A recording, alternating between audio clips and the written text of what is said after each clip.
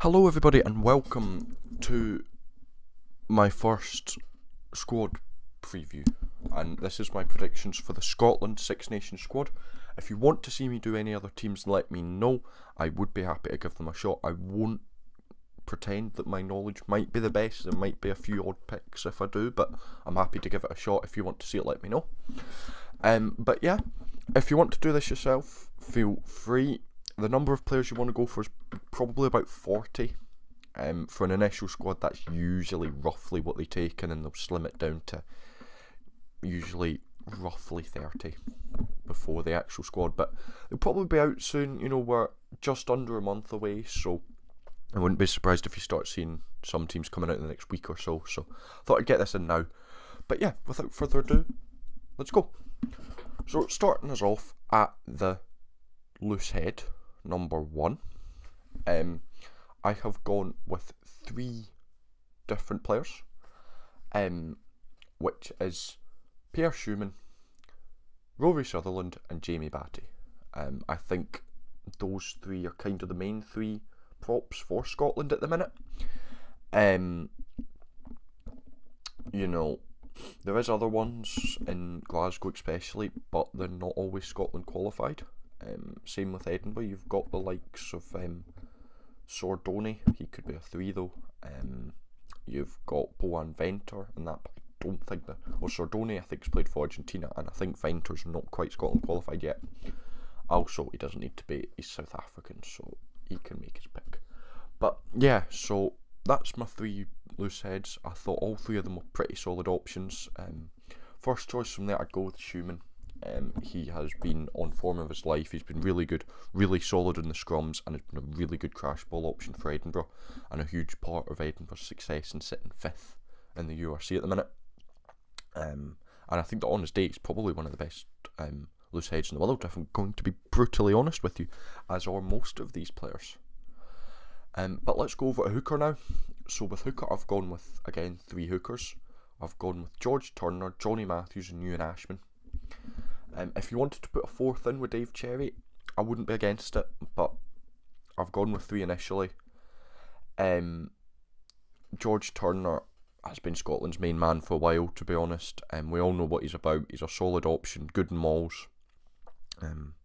Something I would say for the forwards, especially the front 5, is I want to see as many Glasgow players in there as possible. And as an Edinburgh fan, that might seem a bit weird, but Glasgow's maul has been incredible this season. I can't think of a game where they have not scored at least 1 try from the maul. And I want to see that being put into Six Nations, because I think that's one of the things Scotland can struggle with, is when they get down on those, you know, line outs 5-10 metres out, they can struggle to actually convert it. But if they can transfer the maul that's been working so well for Glasgow across, I think they'll actually see some solid success in the mauls. So I want to see that. So we've got Turner, Johnny Matthews, try machine himself, best score per minute ratio of any player in Tier 1 rugby last year, so in 2023.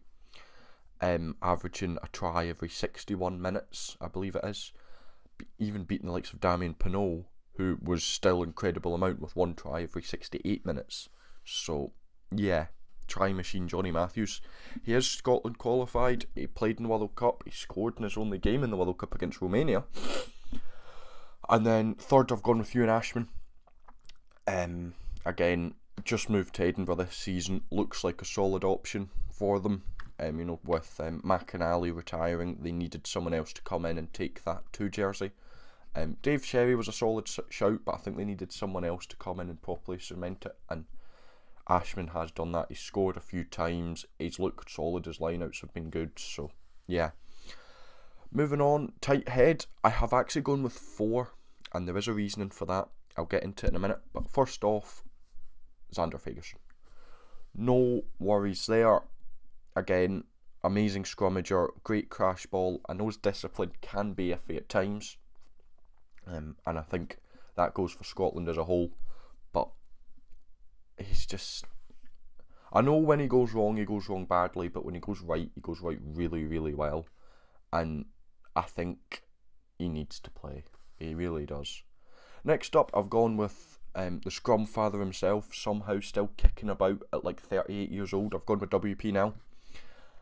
Again, you know, I think a lot of people thought he'd go after World Cup, but he actually turned around and went, I don't want to go yet. All the better, the longer we get with him, the better. Yeah, again, really solid. Not standouty, but a hard worker. Especially in the scrums, he's still one of the best scrummagers. He can topple any prop in the world if he can get in with them. And he's always good to come off the bench as that option. Next up in third, I've gone with Javan Sebastian. Now, why I have gone with a fourth who I won't reveal yet. I think he might be injured for the first couple of games. I have included players who are either 50-50 for making it back or might miss the first couple of games. I might just have another option there. If there's someone like, say, Ollie Smith, who definitely isn't playing, they're not in the squad. But Sebastian, he might miss the first couple of games, so he might be back for England, maybe Italy. So, you know, I've included him. He's, again, first season at Edinburgh. He's looked solid as well. I think his game's come along quite well. I remember seeing him back for Scarlets and thinking, is he really Scotland's answer? But since coming up to Edinburgh in the first half season, I've seen him. He's actually looked pretty good. Good crash ball, solid in the scrums. Don't think you can go wrong with him. And at third, a name who's not really appeared in the Scotland sheet for a few years, and that's Ollie Kebble. This is because he's been injured. He's struggled with injury, and then I think his child was born during the World Cup or something. That's why he didn't go, which is also a fair enough reason. I'm not going to diss anyone for not missing the World Cup because the child was born. But since, you know, the start of the season, back for Glasgow, he's looked solid again. I'd like to see him in, and with that, you know, a couple of games with Sebastian might not be available. I'd like to see him in there. I really would. So yeah, that's the front row. That's who I'd pick. Moving on to go to the second row. And I'm seeing that this video is already dragging on, but oh well. I've gone with Richie Gray, Grant Gilchrist, Scott Cummings, Glenn Young, and Johnny Gray. I think it's quite simple. Richie Gray, Johnny Gray, the Gray brothers. You know what you're gonna get with them. Really hard workers. Richie Gray's 12'4" or something. Really good in the lineouts. Johnny Gray, the mad tackle numbers he can put in. What was it? A few years ago, he put in like 40 in one game or something. Absolutely mad. High work rate. Gilco, again, good in lineouts. Good work rate. He's the captain of Edinburgh. So, again, changing room leader, which Scotland needs. And then Scott Cummings, again, not been in the Scotland squad that much recently due to injury and that, but since coming back for Glasgow, he has looked solid again. And as I said, I want to see a good solid Glasgow in the front five for those Mauls. So yeah, and I think he's been a vital part of them. And then Glenn Young has done really good for Edinburgh this season. With Sam Skinner injured, I don't know. Apparently he's due to come back, but I don't know whether to take him or not because he's not played in a really long time. I wouldn't initially maybe bring him in case someone gets injured, but Glenn Young has filled in his boots really well. Young and Gilcoe together have had a good partnership. And yeah, moving on to the back row, probably the most feisty of options. There's a couple of people here who I think are 50-50 for injury. I have included them. And yeah, so starting us off, Jamie Ritchie. I've put him down as captain. I know not everyone agrees with him, but I think he should be. I think he needs his time. I know he is a bit mouthy with the ref at times, but that's something he can work on.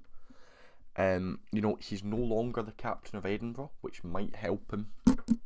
But, you know, having Gilco next to him might help. But his work rate, over the ball, off the ball, just incredible. And same as that, next up, Hamish Watson. With Rory Dodge out injured, I think Seven's his to lose again. You know, did get injured. Everyone questioned, is this the end for him? He's come back and looked better than ever, to be honest. You know, he's back to those bouncing off tackles, taking 3-4 men to bring him down. Really good over the ball again. I think again Hamish Watson's a vital part of Scotland. Jack Dempsey, I know he's injured. I don't know if he's going to be back in time. I think he might be back towards the end, so I have included him. Over the World Cup, he's cemented himself in that 8. Again, last Six Nations I had my doubts over him, but since the World Cup I think he's proved a solid number 8 option. The crash ball he provides is incredible, and again his work rate's solid, which is what you want from your 8.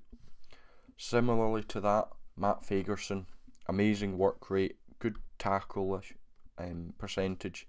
Again, I'm not 100% sure on his injuries. I think he is injured at the minute, but again, I'm not sure if he'll be back in time.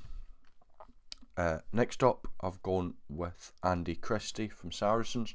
Has looked phenomenal this season. I don't know if he can play 8 in case Dempsey and Fagerson are injured. If he can, I think that jersey's his, as he's looked really, really good. And I would love to see him in there. And then the last back row option I've gone with is Luke Crosby from Edinburgh. Again, looked good, filled the boots when needed. I know he can do a job at 8 if they need a temporary 8 for a couple of games. I know he can do a job. And yeah, that's what I'd see. You know, maybe I can see if the 8s are out someone like Bradbury coming in, but I've not seen him play much this season, so I don't know if he's doing well at the minute. But let's move on. Next up, we have got moving on to the backs, actually. So we're going to start off, as usual, at scrum half. So I have gone with 4. I know not everyone might be happy with 4 scrum halves, but I don't know who to skip out from here. First up, George Horne.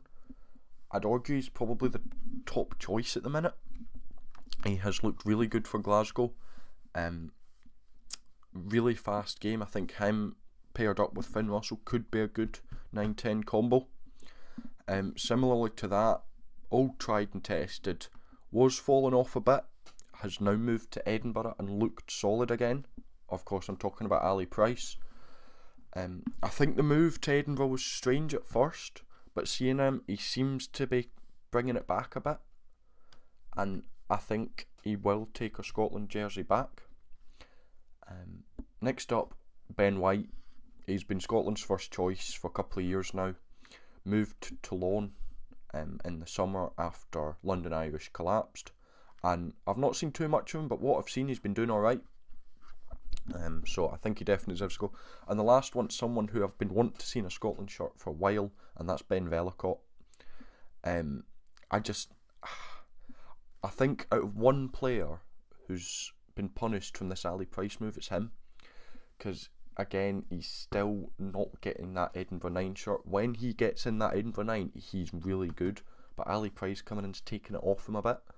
But I think Vellacott is a really good 9, and I want to see him in that Scotland jersey. For 10, I've gone with 3 options. First up, no worries, no doubts, whatever. Of course, I'm talking about Finn Russell. He speaks for himself. Even watch him for Bath, and he's incredible.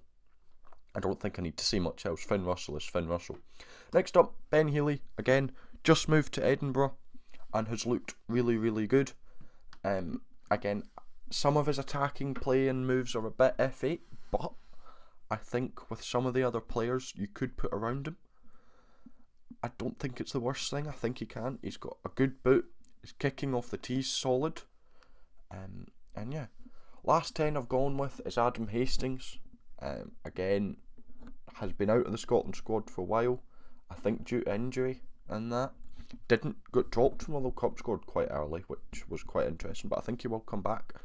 I know there's Finn Smith knocking about, but I've got a funny feeling he's going to end up going and playing for England, so I've not included him here. So I think Adam Hastings has to at least be in the initial squad. If he goes or not, that's up to him and Townsend, but I would at least initially take him. Next up, I'll go with wingers. First up, it's not hard. Duhan van der Merwe. Again, in the 1872 22 Cup derby, proving how dangerous he can be, taking the ball in his own 22 and just try. That won Edinburgh the game. Look back, he was a bit iffy last season at times for Edinburgh, but has looked back pretty solid this season. His defence has come a long way. I know a lot of people, me included, have had worries about that, but it's looking a bit stronger, I will admit. There is still aspects to his game that I'm not 100% happy with, but you'd be stupid to miss him out. Similarly, next up, Darcy Graham. Again, just back from injury, but, you know, hasn't quite got going from that, but has still got a few games for Edinburgh, got a couple of Edinburgh games to get that up. I know he will. We all know how dangerous he is with ball in hand. His little steps, footwork, link-up play with certain players, really, really good. Similarly to Duhan, you'd be stupid to miss him out. Next up, I know he's 50-50 for being back, so I have included him, and that's Kyle Steyn. Yeah, Kyle Steyn, I feel slightly bad for him because he is a good winger, but he's got two of the best wingers in the world ahead of him. He's always a solid option. He's probably the most well-rounded winger Scotland have, you know. He's not massive like Duhan, he's not got a step like Dorsey, he's not got the pure pace quite, but he's solid at all three. He's a good finisher. You know, you look at that try away to France when George Horn dinked it through and he just went round and caught it. That just proves he's a really good finisher. He played in the wing for all of Scotland's Six Nations games last year and did solid. I think he scored 3 or 4 over the whole tournament, so always really good there. And the last winger spot I've gone with is someone who, again, has just moved to Glasgow, but has looked solid, scoring every other game, and that's Kyle Rowe. Again, moved to Glasgow due to London Irish's collapse, and has looked really, really good with them. I'd love to see him moving. I know he's played for Scotland a couple of times, but I'd love to see him moving forward, getting into that squad properly. Next up, probably one of the most interesting positions for Scotland at the minute, centre. First up, I mean, no brainer, Sione Tuipulotu. Really easy pick there. I think he's just getting better and better, to be honest with you. You know, this time last year it was all about Hughie Pilotu, him and Hugh Jones together. They've been found out a little bit now. Would I start the pair of them together? Maybe, maybe not, I'm not sure. Hugh Jones has been more filling in at other positions for Glasgow.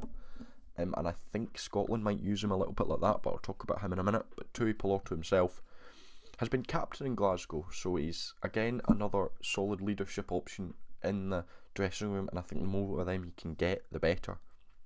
But his playmaking ability and his crash ball ability is exactly what you want from a centre, a 12. You know, he can take the ball up, beat a couple of men, you know, get a couple of metres in contact, or we can pull off little dinks in behind or funny passes to whoever's outside of him. I think Tuipulotu needs to go.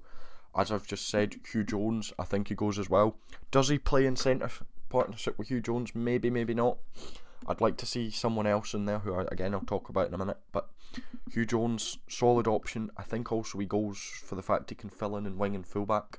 And I'll talk about fullback in a minute, but there's not looking good for depth there. So I think the fact that he can play all them, I can see him as the utility back on the bench, which is a solid option. Hugh Jones is a good player to bring off. 20 minutes to go. He can score out of nothing. Might be what Scotland need. Next up, Cameron Redpath. I know there's been links to Edinburgh with him, but I don't know. I think they've collapsed. I think Bath are keeping him. But nevertheless, I think the more time he can get with Finn Russell, the better. He's looking better and better. A second playmaker in centre is exactly what you want. I think, you know, Redpath, Russell, Tuipulotu, and then if you have someone like Kinghorn at 15, that's 4 playmakers.